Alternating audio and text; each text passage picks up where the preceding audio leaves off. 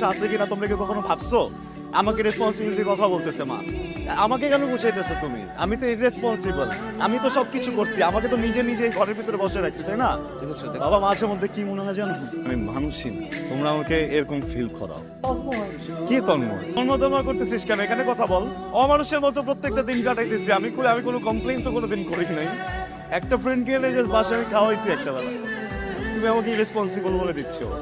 একটা অচেনা মেয়েকে নিয়ে আসবে, একটা সোসাইটি আছে, সোসাইটির মধ্যে একটা রেসপন্সিবল কাজ করবে, এটা করবো না। ভুল করে ফেলছি, তোমাদের কাউকে কিচ্ছু দিতে হবে না, আমি নিজেকে নিজে শাস্তিটা দিয়ে দিচ্ছি। আমি এই বাসা থেকে আজকে চলে যাব, আমি আর কোনোদিন তোমাকে আমার চেহারা দেখাবো না।